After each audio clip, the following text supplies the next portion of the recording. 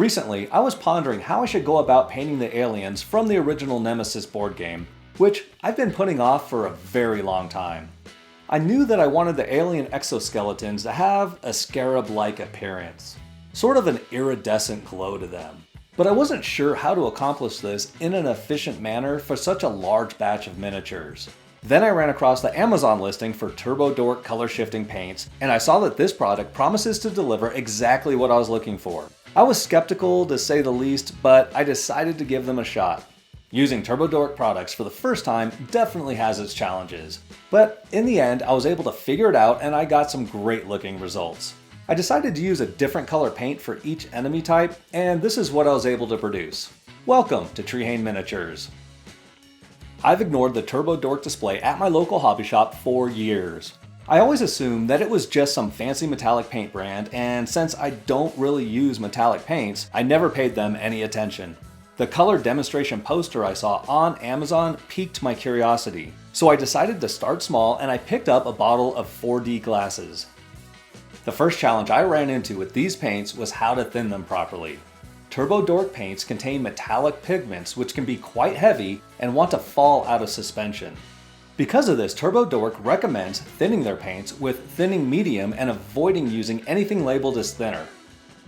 I have some Army Painter thinning medium in my toolbox, so that's what I went with. I was not happy with the results.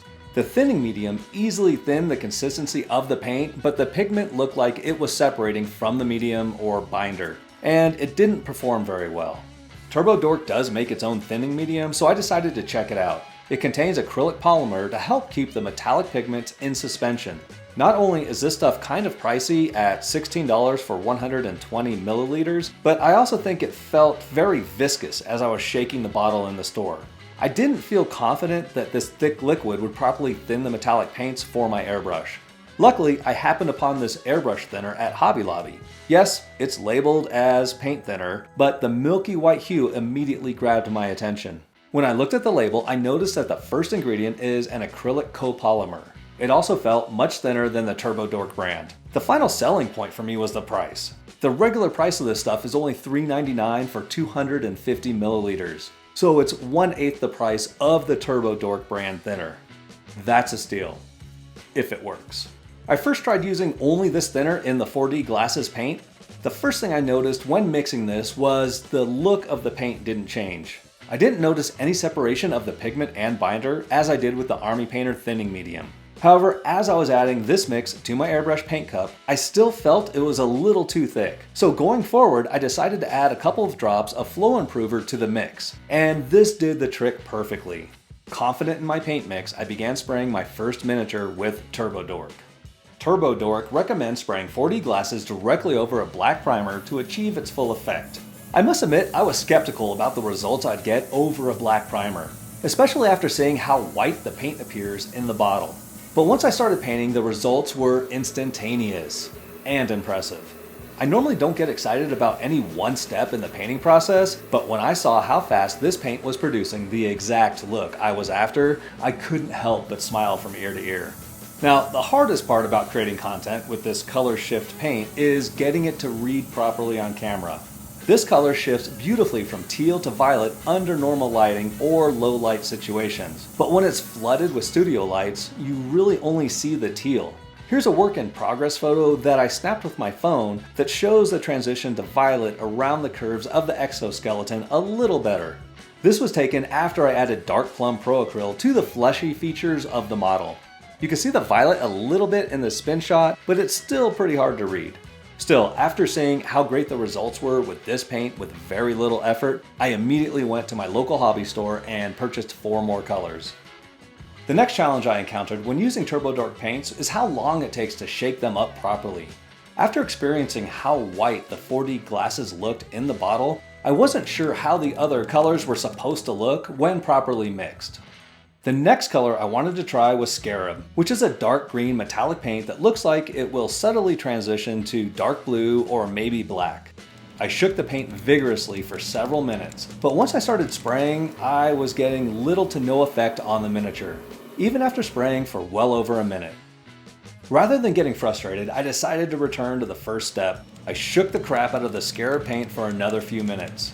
This time, I noticed the paint color in the bottle looked more like the label on front. So this color presents differently than some of the other colors in the Turbo Shift line, which maintain a milky white appearance in the bottle.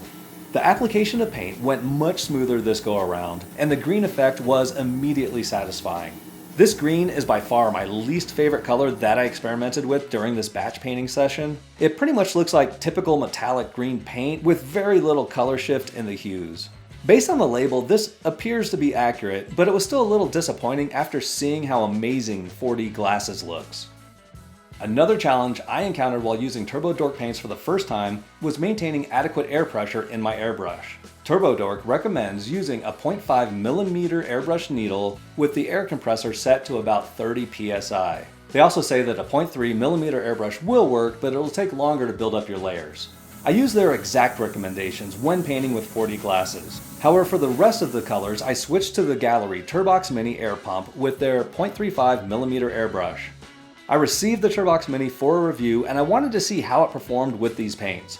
As I was painting some breeder miniatures with blue raspberry paint, I began to notice some issues with the paint flow. The effect this paint produces is spectacular, much like 4D glasses, but the performance of the airbrush made the experience a little less enjoyable. Near the end of the session painting these two miniatures, it clearly sounded like only air was coming out of the airbrush, with an occasional sputter of paint. I was able to completely coat these miniatures before performing a deep cleaning on the airbrush. I believe that this is a compatibility issue between these two products, and not necessarily the fault of Turbo Dork paints, or the compressor itself. The Turbox Mini works great with primers, standard acrylic paints, and inks, but it just isn't capable of producing the air pressure that Turbo Dork paints require. I think a proper airbrush compressor with an air tank is more appropriate for use with this product. I was still able to completely paint all of the enemies for the original Nemesis game with this setup, but I had to disassemble and deep clean my airbrush twice over the course of painting 12 miniatures. This isn't ideal. The frequency with which the airbrush has to be cleaned when using Turbo Dork paints is the last challenge I encountered in this project. Some of the blame has to lie with Turbo Dork here. The medium they use in their paints can best be described as gummy. It's not sticky per se, but you can definitely see how elastic it is as I pull it off the side of my airbrush. The final color I'm demonstrating is Dream On, which is almost the exact opposite of Blue Raspberry. Whereas Blue Raspberry is blue with red shadows, this paint is red with blue shadows. I experienced similar paint flow issues with this color, but once again I was able to completely coat the 3 miniatures before the paint gave out on me entirely. Using Turbo Dork paints is very similar to using colored primers as part of a base shade highlight approach to speed painting.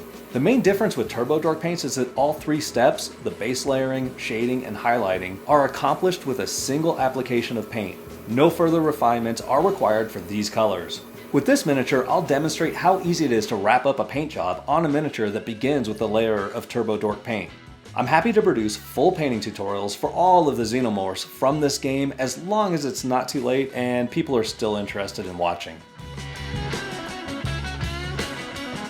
The first thing I do is I use an appropriate flat acrylic paint to cover all of the features of the model that I don't want to appear metallic. I'm keeping it simple with these creeper models, and I'm going to restrict the detail painting to the fleshy parts of the arms. I generally use a deep shadow color for this, such as dark brown. I then follow up the shadow color with a mid-tone color such as yellow ochre. I layer this over the shadow color without covering all of it. I'm speed painting, so I'm not trying to achieve smooth blends. Later, I'll stipple in some random colors to make things look a little more gross, and maybe I'll use a wash to tie everything together.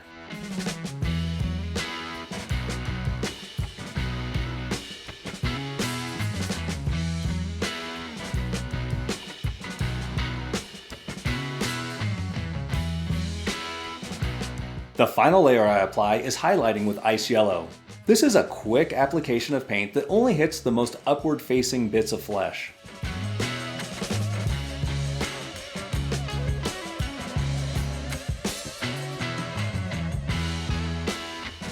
After all of my primary skin colors are in place, I add a red wash to the creeper's skin to tie everything together.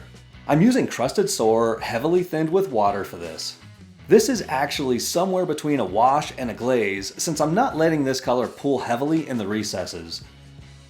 Finally, I make the skin look a little more gross by stippling in some army green and some phthalo blue. Both of these colors are thinned with water, so they appear translucent over the alien skin. This has become my favorite trick for easily adding some modeling and color variety to otherwise boring skin tones. This is the most basic approach I took with any of the Nemesis aliens. I'll go a little more in-depth with future tutorials for Turbo Dork paint-ups. This is an incredibly fast way to batch paint your miniatures. Using Turbo Dork paints definitely comes with its challenges, but all in all, I would say the results are worth it. I'd like to thank my amazing channel members for supporting what I do on this channel. You too can become a channel member for as little as $1.99 per month using the link in the description below and receive perks such as early access to videos, extended versions of our painting tutorials, and even a tier that lets you choose which miniature I paint next. Thank you so much for watching. Please hit the like button and subscribe to the channel to join our growing community of painters.